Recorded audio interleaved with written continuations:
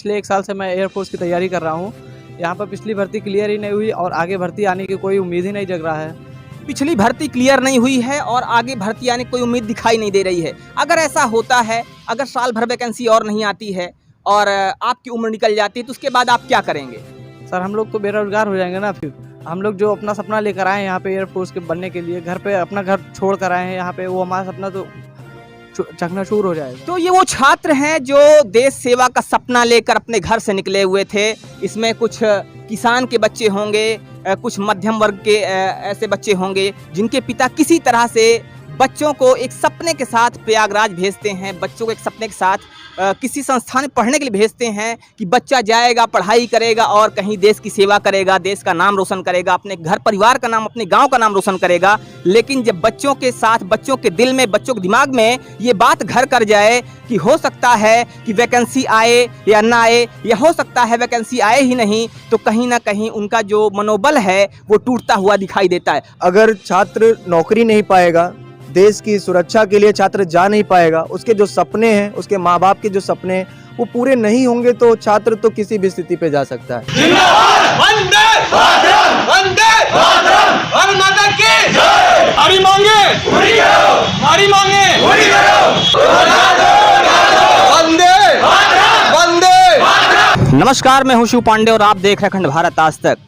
अभी हाल ही में एनटीपीसी और रेलवे की जो छात्रों की मांगे थी, जो उनका आंदोलन था, अभी उसकी राख ठंडी भी नहीं हो पाई है कि एक दूसरी तरफ जो बच्चे हैं जो एयरफोर्स की तैयारी करते हैं, जो रक्षा सेवाओं की तैयारी करते हैं, उन्होंने भी एक अपनी नई मांगों को रखना शुरू कर दिया है। उन्होंने अपनी समस्याओं को सामने रखना शुरू कर दिया है और जो इनकी समस्याएं हैं, जो इनकी मांगे हैं, उसको सामने लाकर सरकार को जगाने की कोशिश कर रहे हैं।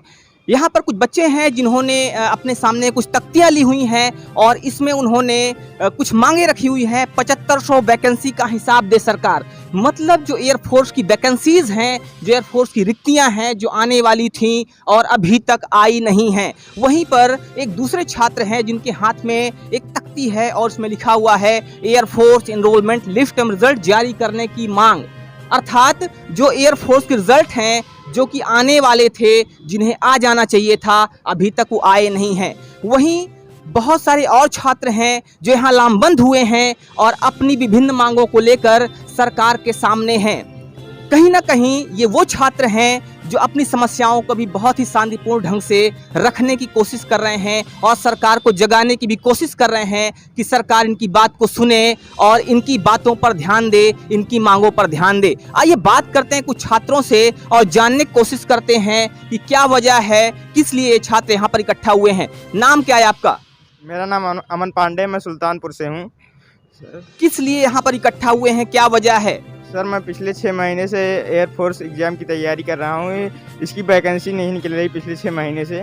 सर मैं सरकार से चाहता हूँ कि इसकी वैकेंसी जल्दी से जल्द निकाले और इसका एक कैलेंडर जारी करे कि इतने तारीख को एग्ज़ाम होगा, जैसे एनडीए कैलेंडर जारी करता है।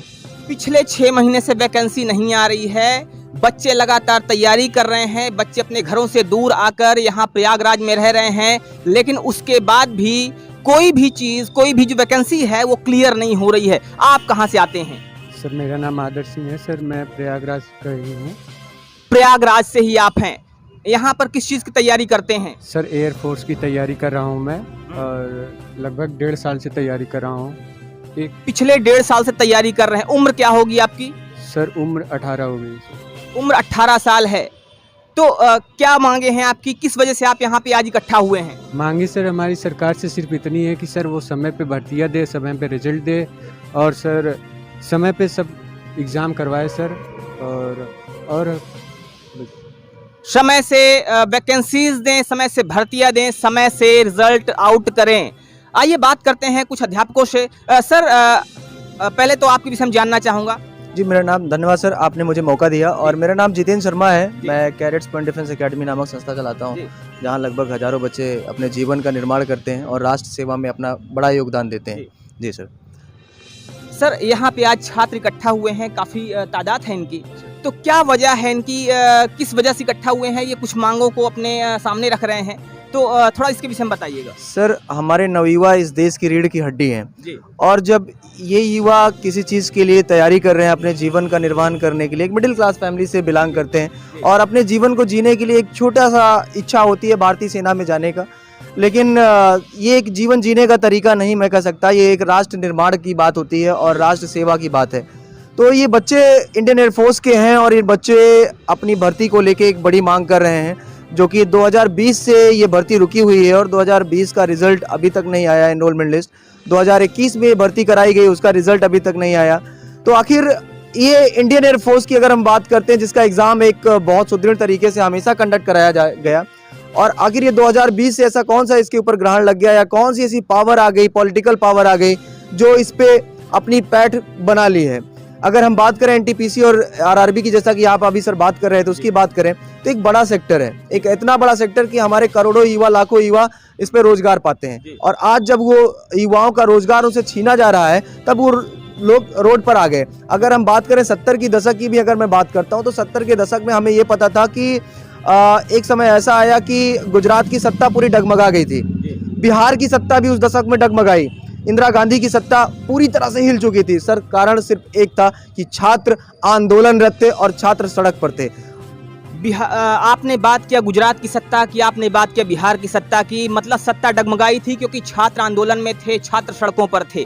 तो क्या ये हम उम्मीद कर सकते हैं कि अगर ऐसा लगातार जारी रहा तो छात्र सड़कों पर आ जाएंगे? सर, अगर छात्र नौकरी नहीं पाएगा, देश की सुरक्षा के लिए छात्र जा नहीं पाएगा, उसके जो सपने हैं, उसके माँ बाप के जो सपने हैं वो पूरे नहीं होंगे, तो छात्र तो किसी भी स्थिति पे जा सकता है। ये मेरी सरकार से चेतावनी नहीं है, ये आग्रह करता हूँ, ये विनम्र निवेदन है सरकार से कि आप इन बच्चों को इंसाफ दें। और मैं बात करूंगा रक्षा मंत्री श्री राजनाथ सिंह जी से कह रहा हूं, ये निवेदन है हमारा सर कि आप इस पे सबसे पहले अपना एक रूप सामने लेकर आएं और इन बच्चों के लिए इंसाफ पर खड़े हों, क्योंकि इनका एक उम्र का तगाजा है, एक उम्र क्राइटेरिया है, एज क्राइटेरिया है। अगर ये बच्चों का एज निकल गया, उम्र निकल गया, तो देश सेवा का सपना ये केवल अपने सीने में दबा के ही रह जाएंगे। और हम आज देख रहे हैं कि हमारा कोई बच्चा कहीं फांसी लगा के मर रहा है, कोई बच्चा कहीं फांसी लगा के मर रहा है। सर, वो बच्चा अपने सपनों को तो लेके जा रहा है, लेकिन अपने परिवार, अपने माँ बाप के सपने को भी शायद पानी में, मिट्टी में मिला के जा रहा है सर। और अगर आज सरकार इंसाफ नहीं करेगी तो हमारे ये बच्चे करेंगे क्या? तो ये थे हमारे साथ जितेंद्र सर, जो बता रहे थे कि अगर बच्चे का सपना पूरा नहीं होगा तो बच्चा क्या करेगा। बच्चे बड़ी उम्मीद के साथ आते हैं, इतना दूर से आते हैं और यहाँ पर आकर तैयारी करते हैं, सालों साल यहाँ रहते हैं, और उसके बाद जब बच्चों के सपने पूरे नहीं होते हैं तो बच्चे हतोत्साहित हो जाते हैं, अवसादग्रस्त हो जाते हैं और उनके सामने शायद फिर कोई और रास्ता नहीं बचता सिवा फांसी लगाने के या सिवा कोई ऐसा आत्मघाती कदम उठाने के। यहाँ कुछ और बच्चों से बात करते हैं। क्या नाम होता आपका? सर, मेरा नाम अभिषेक मिश्रा है जी। मैं प्रतापगढ़ से आया हूँ। पिछले 1 साल से मैं एयरफोर्स की तैयारी कर रहा हूँ। यहाँ पर पिछली भर्ती क्लियर ही नहीं हुई और आगे भर्ती आने की कोई उम्मीद ही नहीं जग रहा है। पिछली भर्ती क्लियर नहीं हुई है और आगे भर्ती आने की कोई उम्मीद दिखाई नहीं दे रही है। अगर ऐसा होता है, अगर साल भर वैकेंसी और नहीं आती है और आपकी उम्र निकल जाती है, तो उसके बाद आप क्या करेंगे? सर, हम लोग तो बेरोजगार हो जाएंगे ना। फिर हम लोग जो अपना सपना लेकर आए हैं यहाँ पे एयरफोर्स के बनने के लिए, घर पे अपना घर छोड़ कर आए हैं यहाँ पे, वो हमारा सपना तो चकनाचूर हो जाएगा। तो ये वो छात्र हैं जो देश सेवा का सपना लेकर अपने घर से निकले हुए थे। इसमें कुछ किसान के बच्चे होंगे, कुछ मध्यम वर्ग के ऐसे बच्चे होंगे जिनके पिता किसी तरह से बच्चों को एक सपने के साथ प्रयागराज भेजते हैं, बच्चों को एक सपने के साथ किसी संस्थान में पढ़ने के लिए भेजते हैं कि बच्चा जाएगा, पढ़ाई करेगा और कहीं देश की सेवा करेगा, देश का नाम रोशन करेगा, अपने घर परिवार का नाम, अपने गांव का नाम रोशन करेगा। लेकिन जब बच्चों के साथ, बच्चों के दिल में, बच्चों के दिमाग में ये बात घर कर जाए कि हो सकता है कि वैकेंसी आए या ना आए, या हो सकता है वैकेंसी आए ही नहीं, तो कहीं ना कहीं उनका जो मनोबल है वो टूटता हुआ दिखाई देता है। आप कहाँ से आते हैं? मेरा नाम आशीष भारद्वाज है सर, मैं मऊ से आया हूँ। पिछले 1 साल से मैं एयरफोर्स की तैयारी कर रहा हूँ। हमारे घर वाले मतलब किसान है, वो हमें कुछ उम्मीदें लगा कर भेजें कि ये बच्चा जाएगा तो एयरफोर्स का वैकेंसी आएगा तो उसमें कुछ काम करेगा, पर जो हमारी उम्मीदें पर हम लोग जो वैकेंसी आ नहीं रही उस पर हम लोग बहुत दुखी हैं। हम सरकार से रिक्वेस्ट करते हैं कि वो इस पर अमल करे और वैकेंसी निकालने की कोशिश करे। सरकार से रिक्वेस्ट करते हैं कि वैकेंसीज निकाले, जिससे कि ये जो छात्र तैयारी कर रहे हैं, सालों साल से यहाँ पर रह रहे हैं, अपने घर वालों के सपने को लेकर जी रहे हैं, अपने सपनों को लेकर जी रहे हैं, वो एक मुकाम तक पहुँच पाएँ, वो एक गंतव्य तक पहुँच पाएँ। आपका क्या नाम है? सर मेरा नाम शिवाजी है, मैं शंकरगढ़ से हूँ। जी। रक्षा मंत्रालय से यही अनुग्रह है कि इन आँखों में देखे, इन आँखों में अब मोती नहीं रह गए, आंसू नहीं रह गए, हम क्या करें सर, कलेजा फटा जा रहा है। हम रक्षा मंत्रालय से यही कहेंगे, जिस तरफ जवानी है उसी तरफ जमाना है। यदि हमारा रिजल्ट नहीं आएगा तो हम इन हाथों पे जो पेन पकड़े हैं, इन हाथों में लाठी भी पकड़ी जा सकती है। सर यही अनुरोध है कि वो 7,500 वैकेंसी निकाले। तो बच्चों में काफ़ी आक्रोश देखने को मिल रहा है। बच्चे हैं, कह रहे हैं कि इन हाथों में जिसमें आज कलम है, उन हाथों में लाठी भी पकड़ी जा सकती है। लेकिन सरकार से ये अनुरोध मैं करूंगा, विशेष रूप से इन छात्रों की तरफ से अनुरोध करूंगा कि सरकार इसको देखे, ये बच्चे जो हैं, बच्चों के भविष्य को देखे, बच्चों की भावनाओं को समझे, बच्चों के भविष्य को देखते हुए कुछ कदम उठाने की कोशिश करे, जिससे कि आने वाले समय में ये बच्चे अपना सुनहरा भविष्य तय कर सकें और बच्चे अवसादग्रस्त होने से बचें, इनका भविष्य बर्बाद होने से बचे। इसी आग्रह के साथ